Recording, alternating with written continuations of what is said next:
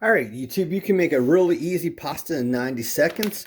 All you need is this Barilla 60-second pasta you do in the microwave, crushed tomato with basil, olive oil, and garlic powder. All right, YouTube, so stick your pan on medium, take olive oil, then take those crushed tomatoes with basil, throw that in there, and throw some garlic powder in there and let this sit for like a minute. All right, so lower this to low and just stir this, and then we'll do the pasta.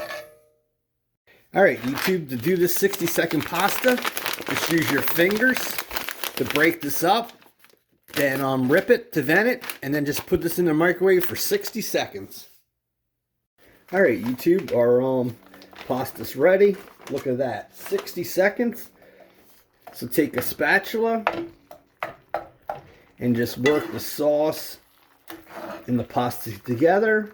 And that shows you how easy it is to have a meal like this. And there you have it, YouTube. Pasta in 90 seconds using Barilla 60-second pasta. Please hit the like, subscribe, and many more recipes to come.